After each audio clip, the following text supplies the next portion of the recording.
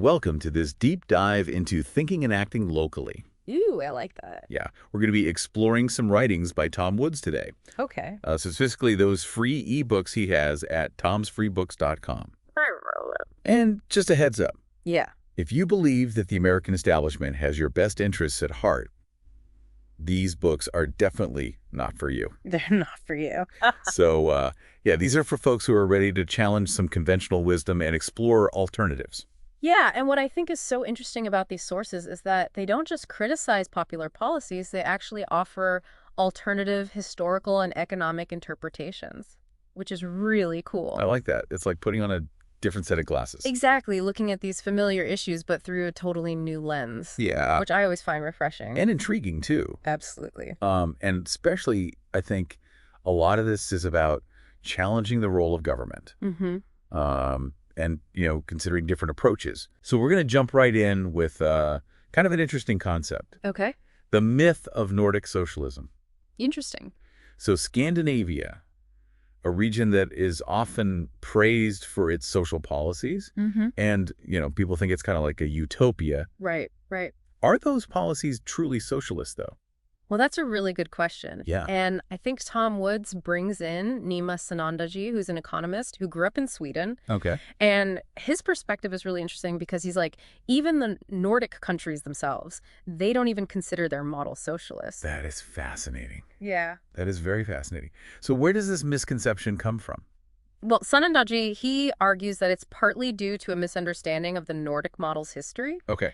He points out that a lot of those positive aspects of Nordic societies, things like high levels of social trust, income equality, that stuff existed before the expansion of the welfare state. Oh, wow. Yep. So, these countries already had a really strong cultural foundation of hard work, individual responsibility. So is he arguing then that it's not the government that's creating this? It's more of a cultural thing?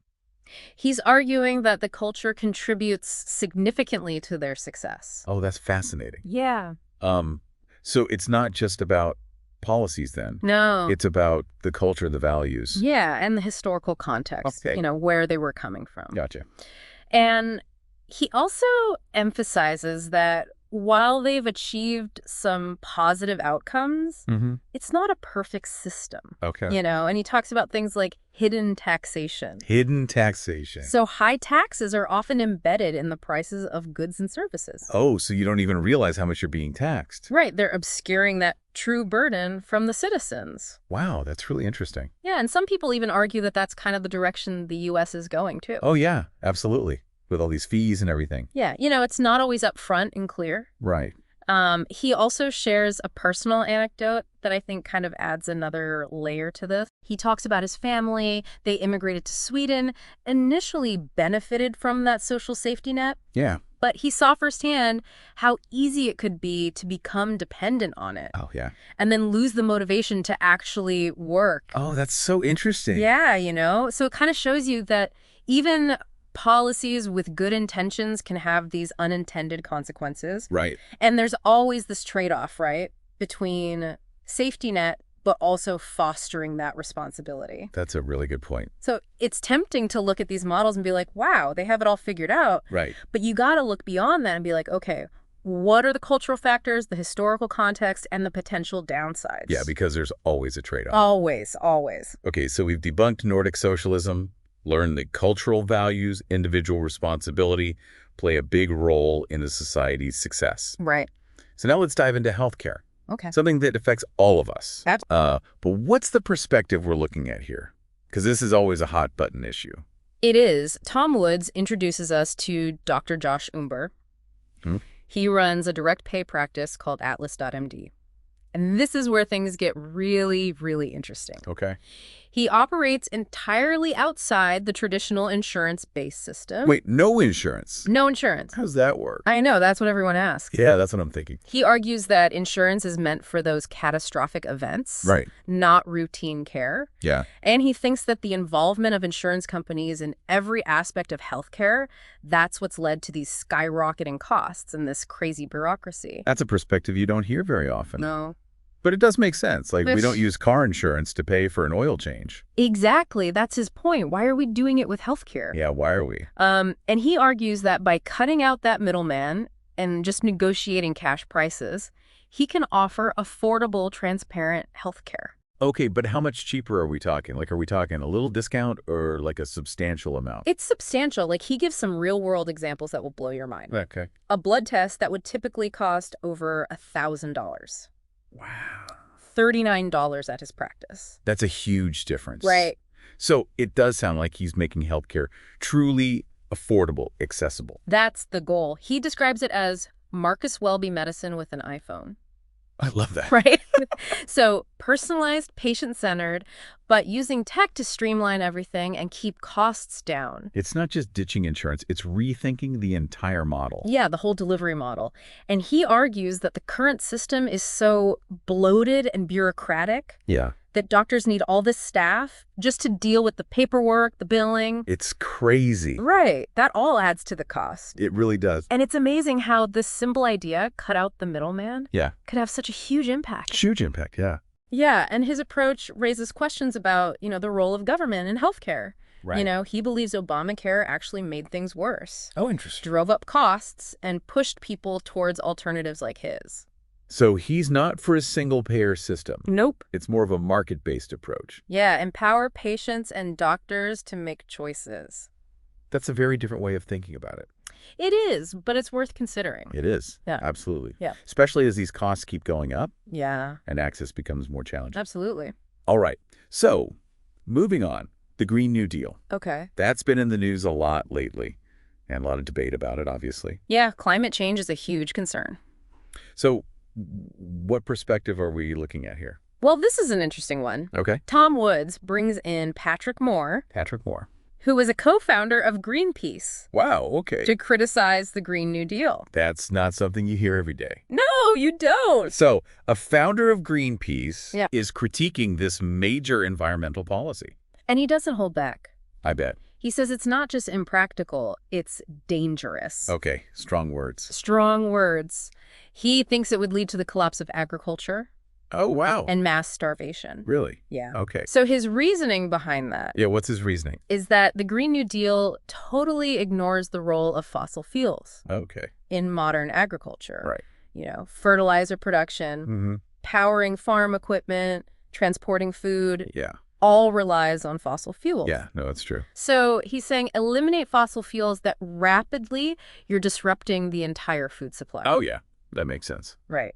And he also criticizes the plan for rejecting nuclear and hydropower, Okay. which he thinks are the most viable, large-scale alternatives Right? to fossil fuels for electricity generation. Interesting. Okay.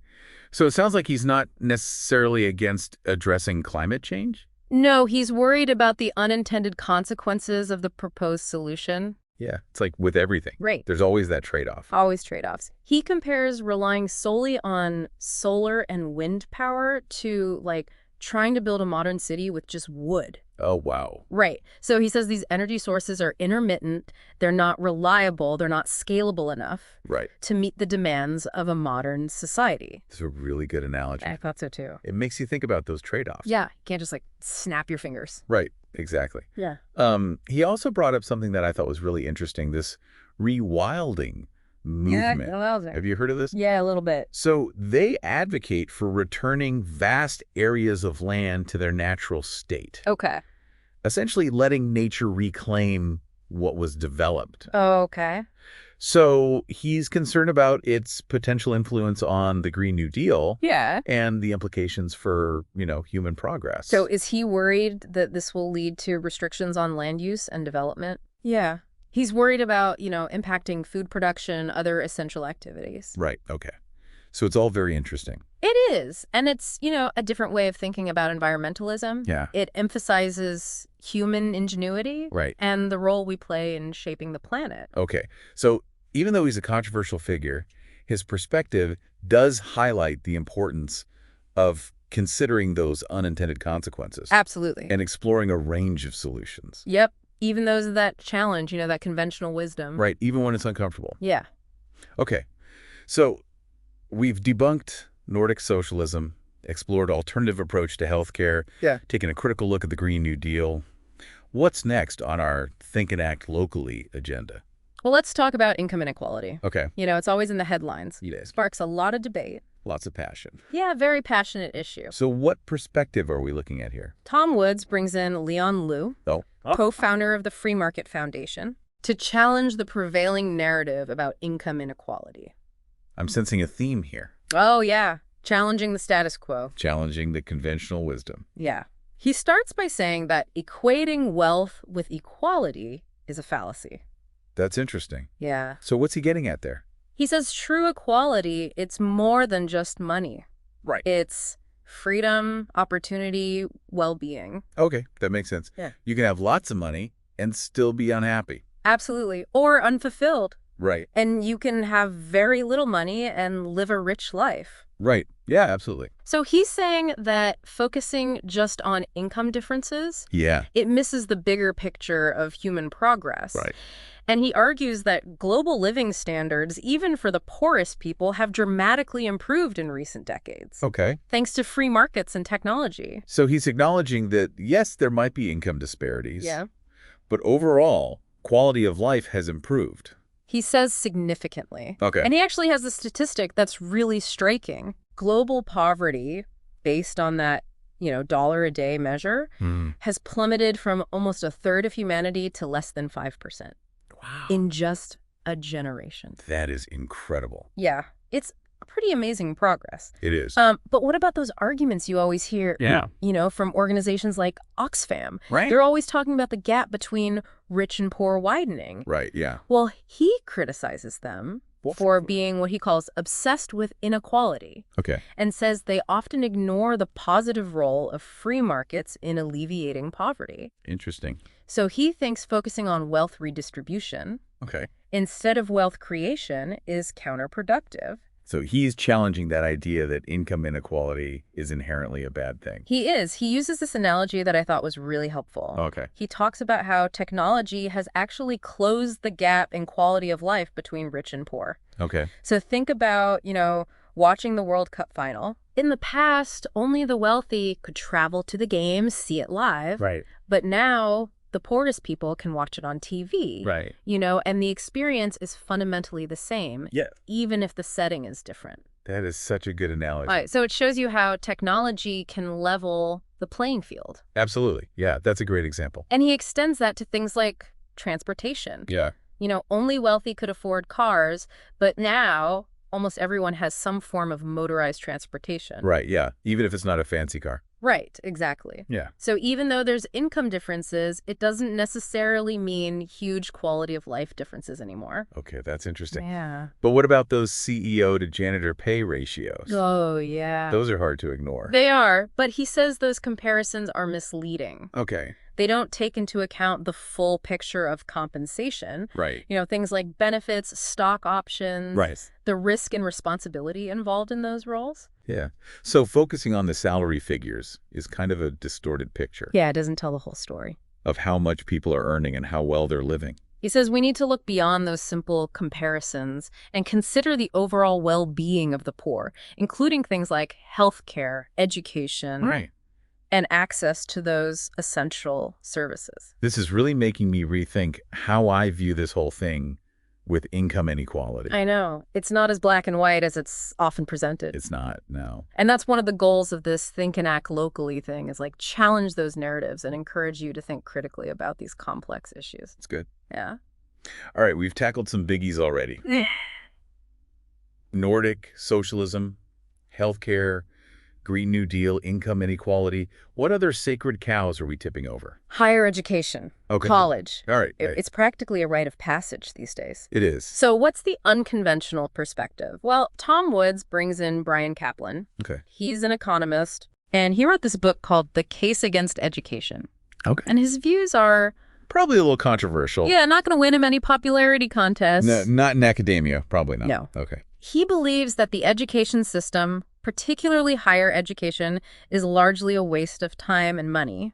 Wow. Yeah. That's a bold statement. It is. Is he saying college is useless? Not exactly. He argues that its primary function is signaling Real thing, yes. rather than actual skill development. What does he mean by that? So degrees act as signals to employers, Okay. They indicate intelligence, conscientiousness, even conformity. Okay. But he says that the actual content learned Yeah. often has very little practical value in the workplace. Yeah, that's true. There's definitely some classes I took that. Right, we all have those. Yeah, exactly. And so he says that this focus on signaling has inflated the importance of degrees. Okay. So it makes it harder for people to get jobs without them, even if they have the skills. Right. So it's like you need that piece of paper You need that paper, to prove that you can do the job. even if you can already do the job. Right.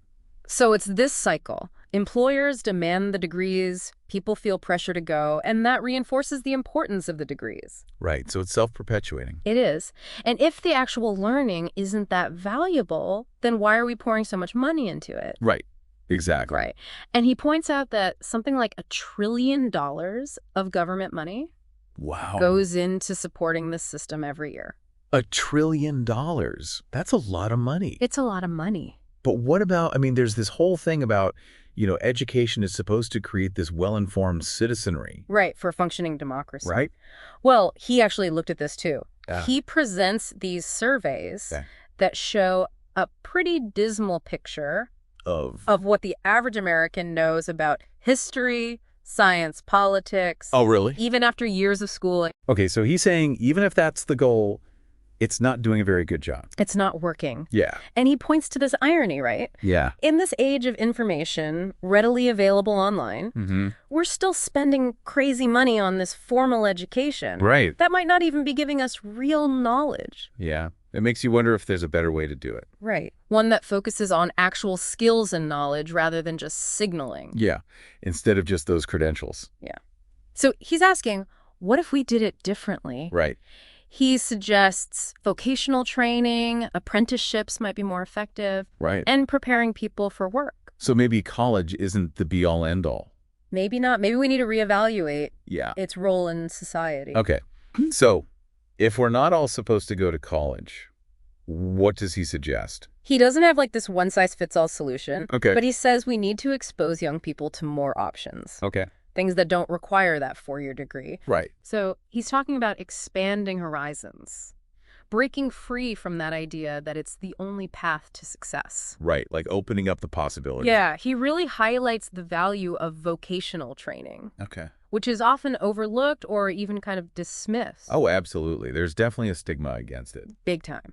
But Yeah. he thinks that's a huge misconception. Yeah. Points out vocational training can lead to higher earnings, Right. lower unemployment, Wow. provides those skills that are actually applicable. That makes a lot of sense. Right. So maybe we've been conditioned to think about success too narrowly. Yeah, maybe. Maybe there are other paths that are just as valid. Absolutely. And that brings us to our final deep dive for this part of our exploration. Okay. Making housing truly affordable. Okay, yeah. This is something that's super relevant, I think, to thinking and acting locally. Oh, absolutely. It's a huge concern in so many communities. Yeah. And it's something that local policies can really impact. Huge impact. Yeah. Yeah. So what's the perspective here? Yeah. Tom Woods brings in Ryan McMaken, Okay. economist and writer for the Mises Institute. Okay. And he argues that the problem isn't a lack of affordable housing. Yo. It's government policies Oh, interesting. driving up those costs. So the government's part of the problem, not the solution. That's what he says. He points to things like zoning laws and housing subsidies Okay. as the big culprits. Okay. I'm intrigued. How do zoning laws make things worse? Okay.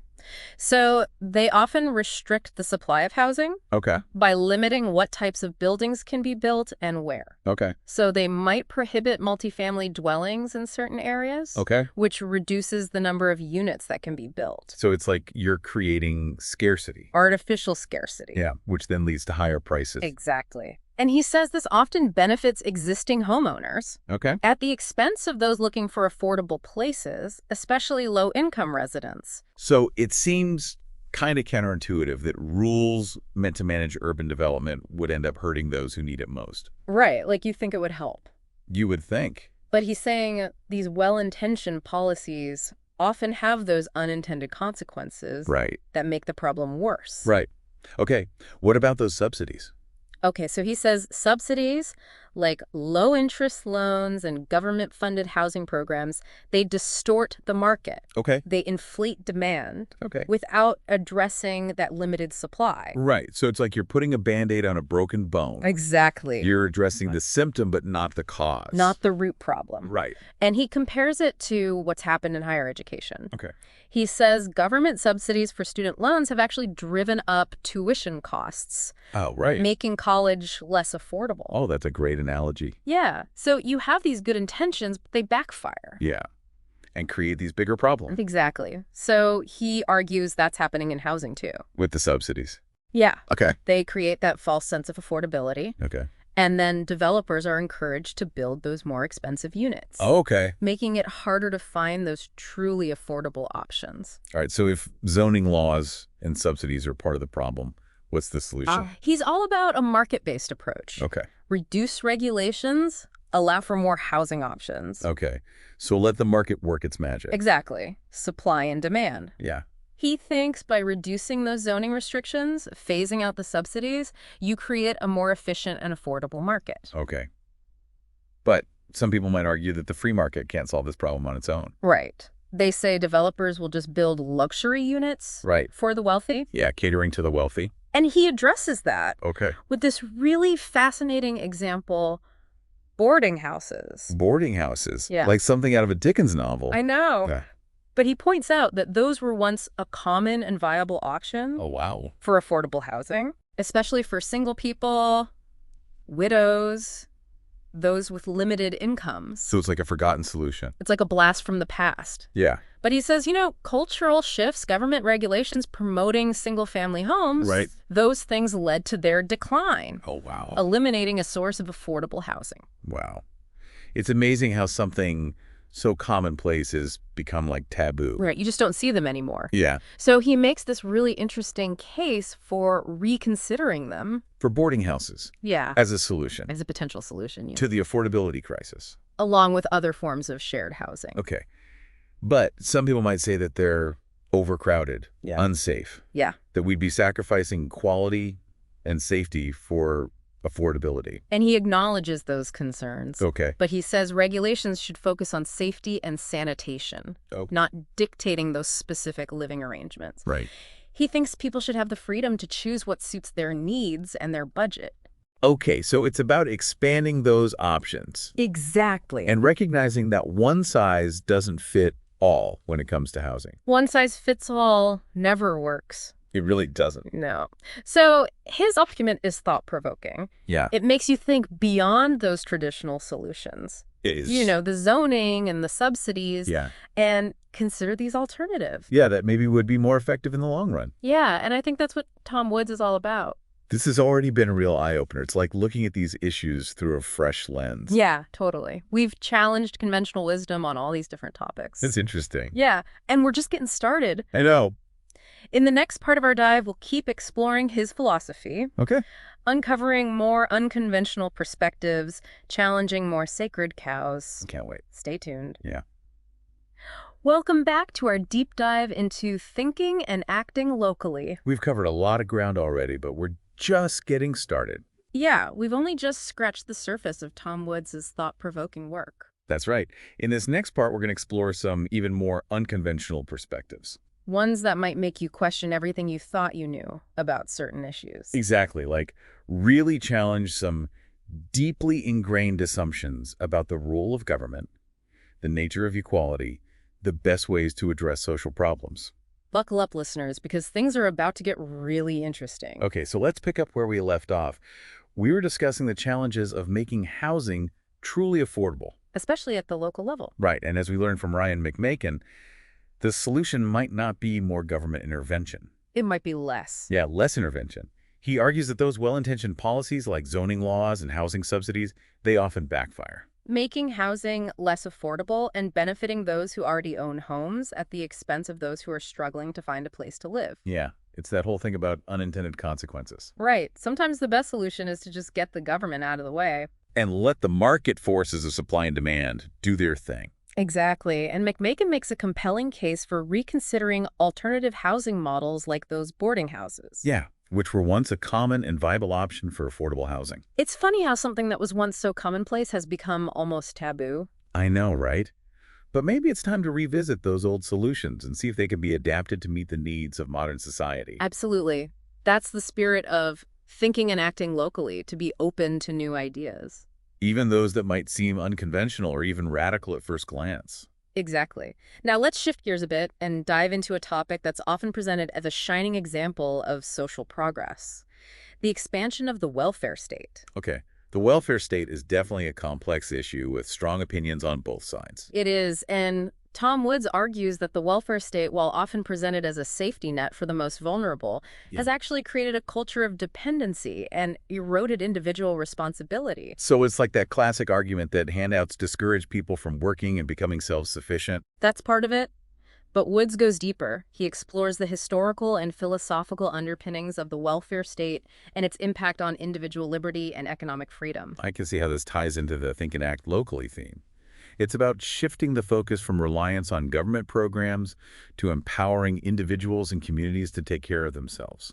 Exactly. Woods argues that true social progress comes not from government handouts, but from fostering a culture of self-reliance, entrepreneurship, and individual initiative. right. It's about creating a society where people are empowered to solve their own problems and build their own futures rather than relying on the government to do it for them. Yeah, it's about taking ownership and responsibility for your own life. Exactly. And Woods doesn't just criticize the welfare state, he also offers alternative solutions. Okay, like what kind of solutions? He talks about the importance of reviving civil society, strengthening families and communities, and promoting private charity. As more effective and sustainable ways to address social problems. Right. It's about tapping into the power of human compassion and cooperation rather than relying on those big bureaucratic systems. Yeah, it's about rebuilding those social bonds and creating a society where people feel connected to each other and invested in their communities. Which is really what thinking and acting locally is all about. It's about recognizing that real solutions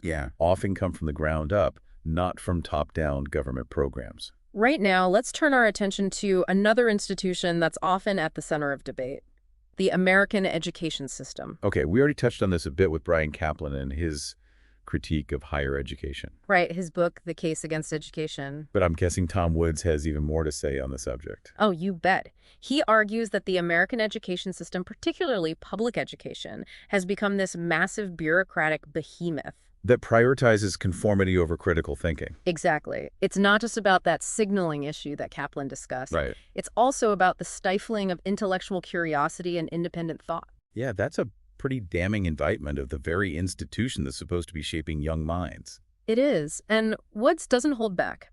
He criticizes the emphasis on standardized testing, the stifling of creativity, and the indoctrination of students with a particular worldview that often goes unquestioned.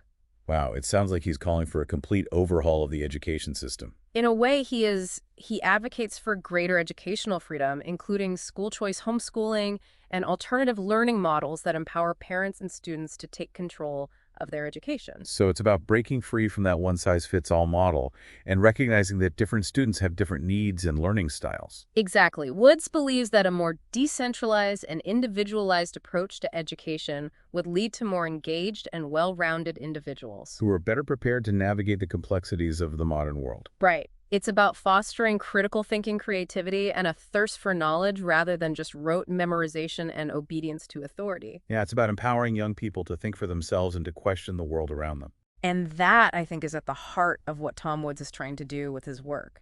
He's trying to encourage people to think critically, to question authority, and to take responsibility for their own lives and communities. It's a powerful message, and one that resonates deeply with the Think and Act Locally philosophy. Now let's move on to a topic that's often seen as dry and complex, but that's absolutely crucial to understanding how our world works: economics. Economics, I have to admit, it's not always the most exciting topic. I get it. But I'm guessing Tom Woods has a way of making it interesting. He does. He's a master at explaining complex economic concepts in a way that anyone can understand. And I'm sure he doesn't shy away from challenging conventional wisdom. Not at all, even when it comes to sacred cows like capitalism. Yeah. Okay, so what's his take on the current state of the American economy? Well, Woods is a staunch critic of what he calls crony capitalism. Crony capitalism. Yeah, he describes it as a system where big business and government collude to benefit themselves at the expense of ordinary citizens. So it's like a rigged game where the rules are written to favor the powerful and well-connected. Exactly. Woods argues that crony capitalism is responsible for many of the economic problems we face today, including inflation, unemployment, and the growing gap between the rich and poor. Okay, but isn't capitalism supposed to be about free markets and competition? How did it become so distorted? Woods argues that government intervention, often in the form of subsidies, bailouts, and regulations that favor big business, has created an uneven playing field. Where small businesses and entrepreneurs struggle to compete. Exactly. He says it's not capitalism itself that's the problem. It's the way it's been corrupted by government interference. Precisely. Woods believes that a truly free market one that's free from government meddling would lead to greater prosperity and opportunity for everyone. Okay, but how do we get there? How do we break free from the grip of crony capitalism and create a more just and equitable economic system? Well, Woods proposes a number of solutions, including reducing government spending, eliminating corporate subsidies and bailouts, and returning to a sound monetary system based on gold and silver. So it's about shrinking the size and scope of government and empowering individuals to make their own economic choices. Exactly.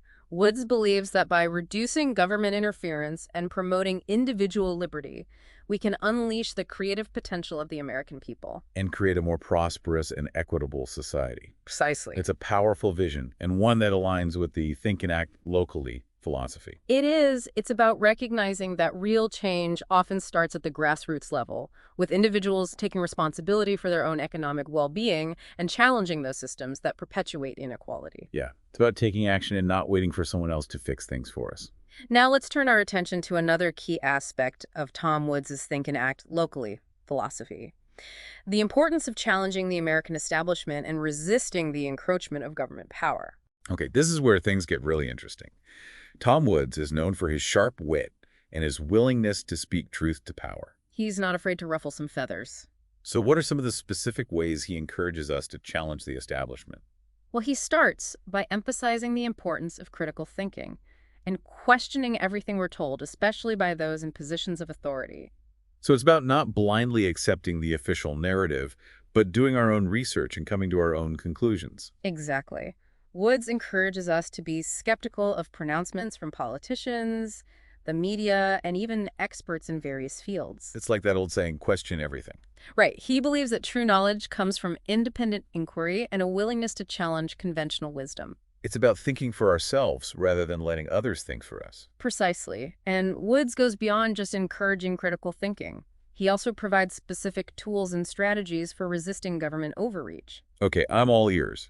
What are some of these tools and strategies? Well, he talks about the importance of supporting organizations that fight for individual liberty and limited government getting involved in local politics, and educating others about the principles of freedom and self-reliance. So it's about taking action both individually and collectively to protect our freedoms and hold those in power accountable. Exactly. Woods believes that the American people have the power to reclaim their liberty, but it requires a conscious effort to resist the constant encroachment of government power. It's a call to action, a reminder that freedom is not a spectator sport. We have to actively participate in its preservation. Exactly. And Woods provides a roadmap for how to do just that. He does.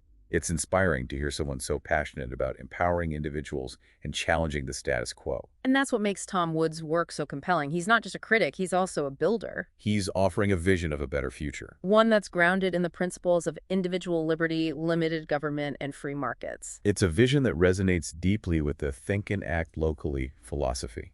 It does. It's about recognizing that real change often starts at the grassroots level, with individuals taking responsibility for their own lives and communities. And that brings us to our final deep dive for this part of our exploration, where we'll delve into one of the most controversial and hotly debated topics of our time. Foreign policy. Yes, foreign policy and the role of the United States in the world. This is something that often feels far removed from our daily lives. It does, but it obviously has a huge impact on the world and on us as individuals. It does, and Tom Woods challenges the prevailing interventionist foreign policy that has dominated U.S. foreign policy for decades. Okay. He argues that the U.S. has become too entangled in foreign conflicts, often at great cost to both American lives and American treasure. So he's advocating for a more isolationist approach, one that prioritizes American interests over foreign intervention. You could say that Woods believes that the U.S. should focus on defending its own borders and promoting peace through diplomacy and trade,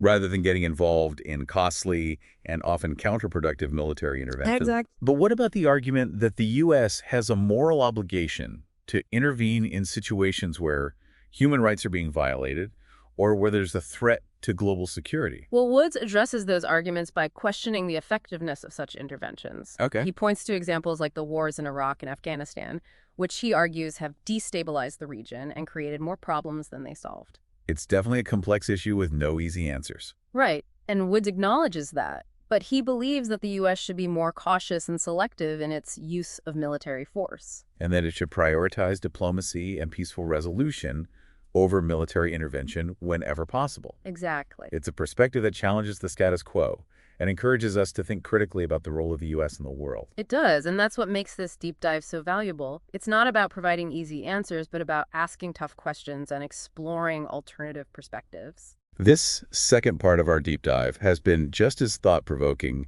as the first, covering everything from affordable housing and the welfare state to education, economics, and foreign policy. We've challenged conventional wisdom, explored unconventional solutions, and hopefully inspired you to think more critically about the world around you. And in our final part, we'll continue to unpack Tom Woods' Think and Act Locally philosophy, exploring even more controversial topics and challenging even more sacred cows. Stay tuned. Welcome back to the final part of our deep dive into thinking and acting locally. We've really covered a lot of ground. I know. We've challenged conventional wisdom on Nordic socialism, healthcare, Education, economics. even foreign policy. It's been quite a journey. And in this last part, we're going to delve into a topic that's particularly close to Tom Woods' heart. Okay. The importance of challenging the American establishment and reclaiming our individual liberty. This is where things get really interesting. Tom Woods, known for his sharp wit and willingness to speak truth to power. Oh, absolutely. What exactly does he mean by challenging the establishment, and how does that tie into thinking and acting locally? So Woods believes that the American establishment, which he often refers to as the swamp, has become too entrenched in its own power, too disconnected from the needs and interests of, ordinary Americans. Right. And he sees it as this combination of big government, big business, and the media, all working together to maintain that status quo. To protect their own interests. Exactly. So it's like a system that's rigged to benefit those on the inside. That's his argument. And leave everyone else out in the cold. Yeah, and he points to things like those corporate bailouts, regulatory capture, Right. and the revolving door between government and industry as evidence of this, cozy relationship between those in power. It's a self-perpetuating cycle. It is. Those in power use their influence to benefit their allies. Right. And then those allies help them maintain their grip on power. Yeah. It's a little overwhelming It is overwhelming. to think about challenging a system like that. Absolutely. And Woods acknowledges that it's a daunting task. Yeah. But he also believes it's necessary if we want to preserve our individual liberty and create a more just and equitable society. Okay. He argues that, we, the American people, have become too complacent. Too willing to just go along with things. Yeah. Just accept the dictates of those in power.